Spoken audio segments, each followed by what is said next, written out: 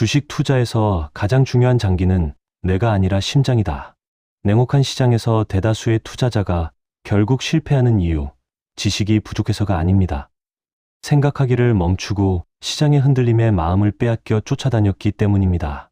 80년이라는 기나긴 세월 동안 폭락과 폭등을 온몸으로 견뎌낸 앙드레 코스톨라니의 지혜를 오늘 커피 한 잔 값도 안 되는 비용으로 여러분의 손에 쥐어드리려 합니다. 지금 이 순간에도 출렁이는 시장에서 내 돈을 지키고 불리는 법, 그 압도적인 실전 투자 공식을 처음부터 끝까지 파헤쳐 드립니다. 먼저 가장 중요한 이야기부터 시작하겠습니다. 성공적인 투자를 하기 위해서는 누군가가 추천하는 종목을 그대로 따라가는 습관을 완전히 버려야 합니다. 훌륭한 어부가 직접 물고기를 잡듯이 투자자 역시 스스로 아이디어를 만들어내고 스스로 판단을 내려야 합니다. 주식을 살 것인지 말 것인지를 결정하려면 증권시장이 오르고 내리는 메커니즘 자체를 이해해야 합니다. 이 메커니즘을 모르는 채로 그저 시세가 올라가니까 사고 시세가 떨어지니까 파는 행동을 반복하는 사람들이 바로 시장에서 가장 먼저 무너지는 부류입니다. 시세가 이미 얼마나 올랐는지를 보여주고 앞으로 더 오를 것이라는 확신을 심어주면 대중에게 주식을 파는 일은 그야말로 식은 죽 먹기라는 말이 그냥 나온 게 아닙니다. 지금 이 순간에도 누군가는 이 심리를 이용해서 여러분의 지갑을 노리고 있을지 모릅니다. 여기서 정말 충격적인 이야기를 하나 들려드리겠습니다. 한 시기에 어떤 나라의 정치적으로 매우 위험한 사건이 터졌는데도 거래소에서는 아무런 영향을 받지 않고 주가가 계속 올라갔던 적이 있었습니다. 동료들에게 이런 위험한 사건이 일어났는데 왜 주가가 오르냐고 물었더니 그들은 다른 나라 일이니 우리와 무슨 상관이냐고 답했습니다. 하지만 얼마 지나지 않아 투자자들은 그 사건이 얼마나 심각한 의미를 가지는지 깨닫게 되었고 주가는 폭락했습니다. 이 이야기가 우리에게 주는 교훈은 분명합니다. 투자자는 절대로 코앞의 상황만 봐서는 안 되고 항상 앞으로 무슨 일이 벌어질지를 내다보는 시야를 가져야 한다는 것입니다. 자동차를 운전할 때도 바로 앞이 아니라 저 멀리 앞을 보라고 하는 것처럼 주식 투자 역시 내일이 아니라 다음 달, 내년을 생각하면서 움직여야 합니다. 이제 시장이 어떻게 움직이는지 그 비밀스러운 흐름을 풀어보겠습니다. 시장이 바닥에 있을 때는 금리가 높고 유동 자금이 부족해서 사람들에게 주식을 살 돈조차 없는 상태입니다. 이때 이미 동요하기 쉬운 투자자들의 손에서 흔들리지 않는 소신 있는 투자자들의 손으로 주식이 옮겨가게 됩니다. 나쁜 뉴스가 나와도 더 이상 주가가 떨어지지 않는다면 이는 흔들리는 투자자들이 이미 주식을 다 팔아버렸다는 신호입니다. 이후 금리가 내려가고 자금이 풀리기 시작하면 노련한 투자자들이 조금씩 매수를 시작하고 비관적인 분위기가 약해지면서 새로운 투자자들이 들어옵니다. 이 흐름이 바로 가치보다 훨씬 낮게 떨어졌던 가격이 현실적인 수준으로 돌아오는 조정 국면이라는 단계입니다. 그 다음에는 경제가 실제로 좋아지고 있다는 뉴스가 들리면서 주가가 전체적인 발전과 함께 천천히 오르는 동행 국면으로 넘어갑니다. 그리고 마지막에는 위험을 전혀 생각하지 않는 끝없는 낙관주의가 퍼지면서 너도 나도 불 속으로 뛰어드는 나당처럼 시장에 몰려드는 과장 국면이 펼쳐집니다. 지금 여러분이 보고 있는 시장이 이 세 가지 국면 중 어디에 해당하는지 한번 곰곰이 생각해 보시기 바랍니다. 여기서 정말 소름 돋는 부분이 나옵니다. 나무는 하늘 끝까지 자라지 않는다는 격언처럼 끝없이 오를 것처럼 보이던 시장도 결국 한계에 다다릅니다. 동요하는 투자자들이 신용까지 동원해서 주식을 사들이고 은행이 계속 돈을 풀어주면 시세는 더욱 달아오릅니다. 그러나 인플레이션 우려 때문에 금리를 슬그머니 올리고 유동 자금을 줄이기 시작하면 더 높은 가격에 사줄 새로운 구매자가 나타나지 않게 됩니다. 좋은 뉴스가 나와도 주가가 더 이상 오르지 않는 순간이 바로 위험 신호입니다. 처음에는 천천히 팔리던 주식이 점점 더 많이 쏟아지고 나쁜 뉴스가 이어지면서 결국 모든 것을 던지는 투매 현상이 일어납니다. 이것이 바로 하락 운동의 마지막 단계인 과장 국면입니다. 흥미로운 점은 가장 큰 성공의 비결이 바로 대중의 흐름과 반대로 움직이는 용기에 있다는 것입니다. 전체 시장 참여자의 90%는 똑같은 생각을 하기 때문에 자신을 전체 의견에서 분리해내는 일은 결코 쉽지 않습니다. 모두가 절망에 빠져 있을 때 혼자 낙관적이기는 힘들고 모두가 흥겨워할 때 혼자 비관적이기도 힘듭니다. 그러나 바로 이 지점에서 진짜 승부가 갈립니다. 거래량이라는 숫자 하나가 얼마나 많은 비밀을 담고 있는지도 짚어드려야 합니다. 거래량이 적은데 주가가 떨어지면 이는 매우 나쁜 신호로 앞으로 더 떨어질 조짐입니다. 반대로 거래량이 많은 가운데 주가가 떨어지면 이는 오히려 아주 좋은 신호입니다. 거래량이 많다는 것은 흔들리는 손에서 단단한 손으로 주식이 이동하고 있다는 뜻이기 때문입니다. 거래량이 많은 가운데 주가가 오르는 것은 나쁜 신호이고, 거래량이 적은 가운데 주가가 오르는 것은 좋은 신호입니다. 대부분의 분석가들은 거래량이 적을 때 별다른 의미를 두지 않지만 바로 그 순간이야말로 우리가 진짜 관심을 가지고 공격적으로 움직여야 할 타이밍입니다. 남들이 무시하는 곳에 기회가 숨어 있다는 사실을 절대 잊지 마시기 바랍니다. 이제 가장 위험한 함정에 대해 말씀드리겠습니다. 빌린 돈으로 주식을 사는 행위는 어떤 경우에도 피해야 합니다. 한 번은 모든 자금을 다 투자하고 대출 한도까지 끌어다 주식을 샀는데 전혀 예상치 못한 사건이 터지면서 다음날 시장의 모든 주식이 급락한 적이 있었습니다. 빌린 돈으로 산 주식이었기 때문에 브로커가 더 많은 돈을 요구하기 전에 부랴부랴 팔아야 했고, 결국 그 후 주가가 천정부지로 오르는 것을 지켜보는 고통을 겪었습니다. 반면 어떤 위기 상황에서도 전부 자신의 돈으로 주식을 산 경우에는 시장이 피바다라는 소식이 들려와도 흔들리지 않고 식당에서 여유롭게 점심을 즐길 수 있었고, 결국 시장은 다시 회복되었습니다. 결론은 명확합니다. 빚이 많은 회사의 주식이라도 전부 내 돈으로 사는 것이 좋은 회사의 주식을 빌린 돈으로 대량으로 사는 것보다 훨씬 안전합니다. 작더라도 내 돈으로 산 주식은 진짜 오를 때까지 버틸 수 있지만 빌린 돈으로 산 주식은 작은 이익에도 서둘러 팔게 되어 정작 큰 수익을 놓치게 됩니다. 훌륭한 투자자가 갖춰야 할 자질도 빼놓을 수 없습니다. 예리한 직관과 풍부한 상상력, 그리고 자신이 틀렸다는 것을 인정할 수 있는 융통성이 필요합니다. 투자자는 직관을 활용하는 사람이고 엔지니어는 계산을 하는 사람이라는 차이를 명확히 이해해야 합니다. 가장 나쁜 성격은 고집입니다. 확신은 가져야 하지만 자신의 논리에 오류가 있었다는 것을 깨달았다면 즉시 방향을 전환할 수 있는 유연함이 반드시 필요합니다. 또한 부도 직전까지 몰렸다가 회생의 조짐을 보이는 기업의 주식을 샀을 때 가장 큰 이익을 얻을 수 있다는 사실도 기억해야 합니다. 반에서 줄곧 꼴찌를 하던 학생이 어느 날 갑자기 중간 등수로 올라서면 모두가 깜짝 놀라며 주목하지만 줄곧 상위권에 있던 학생이 한 단계 더 오르는 것은 큰 관심을 끌지 못합니다. 시장도 마찬가지입니다. 기업의 실질적인 가치와 무관하게 대중의 심리적 이유로 바닥까지 몰렸다가 기사회생하는 기업의 주가가 가장 폭발적으로 상승하는 법입니다. 여기서 정말 중요한 비밀 하나를 더 알려드리겠습니다. 금융기관이나 상담사, 전문가들의 추천을 절대로 그대로 믿어서는 안 됩니다. 상담사는 거래량을 늘리고 수수료를 챙기는 데만 관심이 있을 뿐 일반 투자자보다 더 많이 아는 것이 절대 아닙니다. 심지어 기업 내부자의 추천조차 믿어서는 안 됩니다. 내부자는 자신의 지분을 늘리고 싶을 때 일부러 나쁜 소식을 흘려 주가를 낮추고 지분을 줄이고 싶을 때는 좋은 소식을 흘려 주가를 올리는 경우가 많기 때문입니다. 경제학자들의 예측 역시 크게 믿을 필요가 없습니다. 만약 그들의 분석이 정확하다면 모두가 부자가 되어 있어야 하지만 현실은 그렇지 않습니다. 경제와 주식 시장은 나란히 움직이지 않으며 시간차를 두고 진행되는 경우가 대부분입니다. 가장 중요한 것은 결국 숫자가 아니라 심리, 즉 시장 참여자들이 신뢰하고 있는가 아닌가라는 사실입니다. 보너스로 가장 핵심적인 메시지를 한 가지 더 전해드리겠습니다. 주식에서는 2 더하기 2이 4이 아니라 5에서 하나를 뺀 값이라는 말이 있습니다. 결과는 항상 기대했던 것과는 다르게 나타나고 시간이 지나야 비로소 예상했던 방향으로 흘러갑니다. 이 차이를 견딜 수 있는 인내심을 가진 사람만이 진짜 결과를 손에 쥘 수 있고 그 인내심을 가진 사람은 전체 투자자 가운데 극히 소수에 불과합니다. 그래서 주식으로 번 돈은 결국 고통의 대가로 얻은 돈이라는 말이 나온 것입니다. 먼저 고통을 견뎌야 비로소 돈이 따라옵니다. 누구도 처음부터 완벽한 투자자로 태어나지 않습니다. 생각하고 실패하고 다시 생각하는 과정을 반복하면서 자신만의 원칙을 세워가는 사람만이 결국 시장에서 살아남습니다. 지금 이 순간 시장이 어떤 국면에 놓여 있는지, 대중이 어떤 심리 상태에 있는지를 스스로 판단해보는 연습을 시작해보시기 바랍니다. 답은 결국 여러분 자신에게 있습니다. 시장이 과열되었는지 식어가고 있는지를 알아내는 또 하나의 신호가 있다는 사실을 아십니까? 오랫동안 상승이 이어지다가 어느 순간 정체되고 좋은 뉴스가 쏟아져도 더 이상 반응하지 않거나 심지어 떨어지기 시작한다면 이는 절대 무시해서는 안 되는 위험 신호입니다.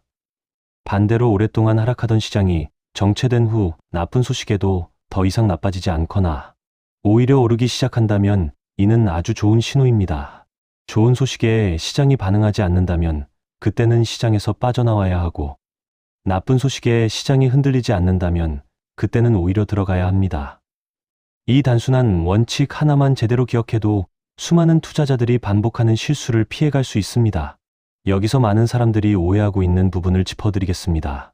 외국인 투자자가 사들이면 증시가 좋다는 식의 설명을 들어보셨을 겁니다.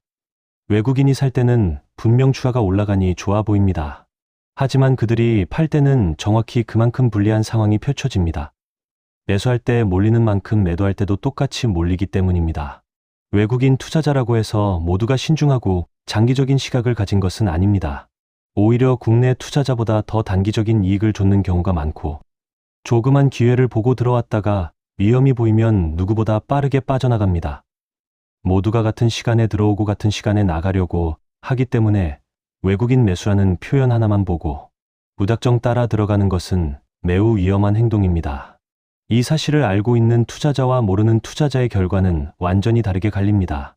투자자라는 직업이 어떤 직업과 가장 비슷한지 생각해 본 적이 있으십니까? 엔지니어나 경제학자, 경영학자와는 전혀 닮은 점이 없습니다. 오히려 의사나 판사와 비슷한 점이 많습니다. 의사는 환자를 진찰할 때 먼저 진단을 내리고 그 진단을 바탕으로 치료 방법을 찾아냅니다.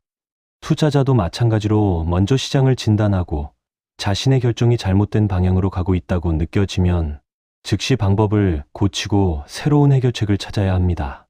판사는 사건이 일어났을 때 그 자리에 있지도 않았고 전문가도 아니지만 증인을 신문하고 여러 전문가의 의견을 들은 후 자신만의 판단을 내립니다.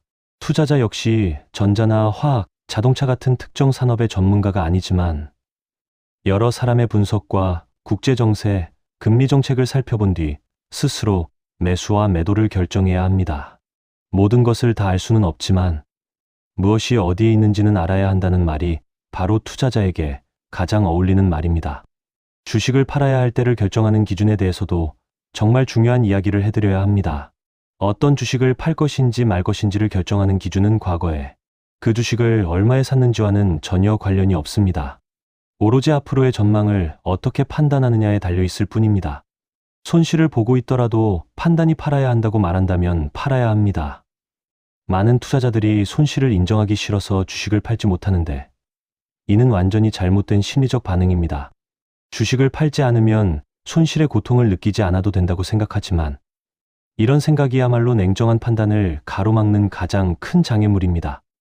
이익을 보고 있을 때도 마찬가지로 과거의 매수 가격에 얽매이지 않고 독립적으로 결정을 내려야 합니다. 만약 스스로 어떤 심리적 압박감 때문에 행동하고 있다는 느낌이 든다면 그 즉시 감정에 휘둘리고 있다는 신호로 받아들이고 냉정하게 다시 판단해야 합니다. 시세를 얼마나 자주 들여다봐야 하는지에 대한 이야기도 정말 인상적입니다. 하루하루의 작은 변동에 신경 쓰지 않고 단지 전체적인 분위기가 어떤지만 가끔 살피는 태도가 필요합니다. 자신의 견해를 한번 정립한 뒤에는 인내심을 가지고 그것이 맞다는 것이 드러날 때까지 기다려야 합니다. 어느 정도 시간이 지난 후 자신의 견해가 아직 틀렸다는 것이 입증되지 않았다면 굳이 의견을 바꾸지 않고 침착함을 유지하는 자세가 중요합니다. 이렇게 하기가 결코 쉽지 않다는 것은 누구나 압니다. 그러나 많은 훈련을 거치면 점차 이런 태도에 익숙해질 수 있습니다. 이것은 특별한 사람만 가질 수 있는 선천적인 능력이 아니라 누구나 연습을 통해 만들어낼 수 있는 습관입니다. 성공적인 투자를 한 후에 어떻게 행동해야 하는지도 매우 중요한 대목입니다. 큰 금액을 벌었다고 하더라도 절대 스스로 잘했다고 자만해서는 안 됩니다. 왜냐하면 시장에서는 아무런 전략 없이 움직인 사람도 종종 큰 성공을 거두기 때문입니다. 주가가 오르거나 내리는 가능성은 결국 두 가지뿐이기 때문에 그 두 가지 중 하나를 맞췄다고 해서 자신이 특별히 뛰어나다고 생각할 이유는 전혀 없습니다. 순전히 운이 좋아서 그런 결과가 나왔을 수도 있다는 겸손함을 항상 가져야 합니다. 새로운 아이디어가 떠오르면 희망을 가지는 것은 좋지만 동시에 약간의 회의와 비판적인 시각도 늘 함께 가지고 있어야 합니다. 너무 많은 것을 기대하면 예상하지 못한 변수가 끼어들어 모든 계획을 망쳐버릴 수 있기 때문입니다. 여기서 정말 많은 분들에게 위로가 될 이야기를 하나 들려드리고 싶습니다. 정식으로 학교에서 체계적인 이론을 배우지 않았더라도 스스로 경험을 쌓아온 사람은 오히려 어떤 문제나 사건에 본능적으로 더 잘 대응하는 경우가 많습니다. 왜 그런 결과가 나오는지 정확히 설명하지 못해도 오랜 경험에서 비롯된 감각이 올바른 방향으로 이끌어주기 때문입니다. 나이가 들어서 늦었다고 좌절할 필요가 전혀 없습니다. 인생에서 쌓은 풍부한 경험이 오히려 시장을 이해하는데 큰 자산이 될 수 있습니다. 전문적으로 배운 사람보다 더 좋은 성과를 낼 수도 있다는 사실을 절대 과소평가하지 마시기 바랍니다. 생각하고 실천하고 실패하고 다시 경험을 쌓아간다면 개인 투자자라도 충분히 훌륭한 결과를 만들어낼 수 있습니다. 주식을 고르는 과정에서 어떤 순서로 결정을 내려야 하는지도 정확히 짚어드리겠습니다. 가장 먼저 결정해야 할 것은 주식을 살 것인지 아니면 그냥 예금처럼 묻어둘 것인지를 정하는 일입니다. 주식을 사기로 결정했다면 그 다음에는 어떤 시장에서 움직일지를 정하고 그 후에 어떤 산업 분야를 선택할지를 고민하며 마지막으로 구체적인 기업을 고르는 순서로 진행해야 합니다. 오늘 살지, 내일 살지, 일주일 후에 살지는 사실 큰 의미가 없는 전술적인 부분에 불과합니다. 이 순서를 거꾸로 생각하는 투자자들이 너무 많습니다. 특정 기업의 이름만 듣고 무작정 뛰어드는 것이 아니라 큰 틀에서부터 차근차근 좁혀나가는 사고의 흐름이 훨씬 더 안전하고 합리적인 방법입니다. 기업의 재무 정보에 대한 의존도에 대해서도 매우 신선한 시각을 알려드려야 합니다. 한 기업의 재무 상태표는 의사가 환자를 진찰할 때 보는 검사 결과와 같은 역할을 절대 하지 못합니다. 검사 결과를 보고 최종 처방을 내리는 것은 결국 의사 본인이지 검사 자료 자체가 아닙니다. 마찬가지로 재무 정보는 틀리거나 왜곡되는 경우가 많고 설령 정확하다 해도 그것은 이미 지나간 과거의 정보일 뿐입니다. 주가가 오르고 내리는 이유는 그 기업이 지금 당장 좋거나 나빠서가 아니라 앞으로 좋아지거나 나빠질 가능성 때문입니다. 지표가 나빠 보여도 앞으로 좋은 방향으로 발전할 것이라는 판단이 든다면 그 주식을 사야 합니다. 숫자에만 매몰되어 미래의 가능성을 놓치는 것이야말로 가장 흔하면서도 치명적인 실수입니다. 소위 비법이나 단기 기법에 대한 경고도 빠뜨릴 수 없습니다. 비법이라고 불리는 것의 대부분은 광고이거나 심지어 조작에 가깝습니다. 어떤 금융그룹이나 세력이 대중이 특정 주식을 사도록 만들기 위해 언론과 입소문을 통해 분위기를 띄우고 시세를 점점 올리면 대중은 그 미끼를 물고 매수에 나섭니다. 매수가 이어질수록 시세는 더 올라가고 그러면 또다시 더 많은 매수자가 몰려드는 악순환이 반복됩니다. 계속 오르는 주식을 대중에게 파는 일보다 더 쉬운 일은 없습니다. 대규모 기관에서 적극적으로 추천하는 종목 역시 최대한 조심해야 합니다. 금융기관이 특정 주식을 팔고 싶을 때 익숙한 채널을 통해 추천 종목을 부각시키는 것은 사실상 일종의 판매 촉진 활동에 불과한 경우가 많기 때문입니다. 대규모 자금을 운용하는 기관의 매매 행위를 얼마나 신경 써야 하는지도 명확히 알려드리겠습니다. 사실 전혀 중요하게 여길 필요가 없습니다. 대규모 물량으로 거래하기 때문에 단기적으로는 주가에 영향을 줄 수 있지만 장기적으로는 거의 아무런 영향도 끼치지 못합니다. 특정 기관이 어떤 주식을 대량으로 사거나 팔면 며칠 동안 주가가 오르거나 내릴 수 있지만 그 효과는 결국 사라집니다. 산업 분야나 특정 기업의 전문가가 내놓는 분석 역시 장기적으로 큰 의미를 두지 않아도 됩니다. 그들이 조사한 시점에는 정확했던 정보라 해도 시장은 끊임없이 변하기 때문에 어제 유효했던 것이 오늘은 더 이상 유효하지 않을 수 있습니다. 가장 위험한 정보가 무엇인지에 대한 이야기는 정말 곱씹어 볼 만한 내용입니다. 완전히 틀린 정보보다 더 위험한 것이 바로 반쪽만 맞는 정보입니다. 절반의 진실은 결국 완전한 거짓말과 다름없기 때문입니다. 명백히 틀린 정보를 접하면 사람들은 자연스럽게 비판적으로 받아들이고 의심하게 됩니다. 그러나 반쪽짜리 진실은 그럴듯하게 들리기 때문에 사람들의 경계심을 풀어놓고 결국 잘못된 해석으로 이어집니다. 가장 위험한 것은 결국 옳은 정보를 잘못 해석하는 일입니다. 이는 지식이 부족하기 때문에 생기는 결과이기도 합니다. 정보 자체보다 그 정보를 어떻게 해석하느냐가 결과를 완전히 바꿔놓는다는 사실을 절대 잊지 말아야 합니다. 갑자기 큰 돈을 손에 쥐게 된 사람들의 심리에 대한 이야기도 정말 흥미롭습니다. 갑작스럽게 많은 돈을 가지게 되면 이성을 잃고 어떻게 그 돈을 지키고 불릴지를 고민하느라 극도로 예민해지는 경우가 많습니다. 이런 사람들은 소위 말하는 재테크 비법에 귀를 기울이며 여기저기 헤매고 다니게 됩니다. 이런 대중을 조작하는 일은 그야말로 식은 죽 먹기와 같습니다. 시장이 상승하면 늦지 않으려는 마음에 너도나도 달리는 흐름에 뛰어오르게 되고 시장이 절정에 달했는데 자신은 아무런 주식도 없이 그 모습을 바라보고만 있어야 한다면 이는 손해를 보는 것보다 더 고통스럽게 느껴질 수 있습니다. 이런 심리를 미리 알고 있는 사람과 모르는 사람의 결과는 완전히 다르게 갈립니다. 마지막으로 시장의 큰 흐름에 대한 통찰을 다시 한번 정리해 드리겠습니다. 시세가 떨어져서 많은 사람들이 돈을 잃으면 경제 전체에도 좋지 않은 영향을 미칠 수밖에 없습니다.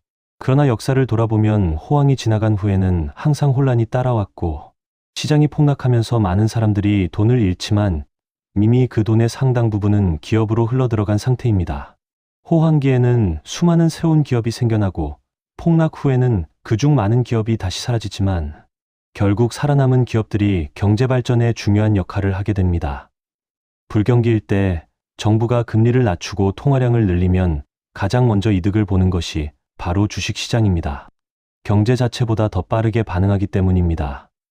결국 돈이라는 것은 시장을 돌아가게 만드는 산소와 같은 역할을 한다는 사실을 기억하시면 지금 우리가 처한 시장의 흐름을 훨씬 더 명확하게 읽어낼 수 있을 것입니다.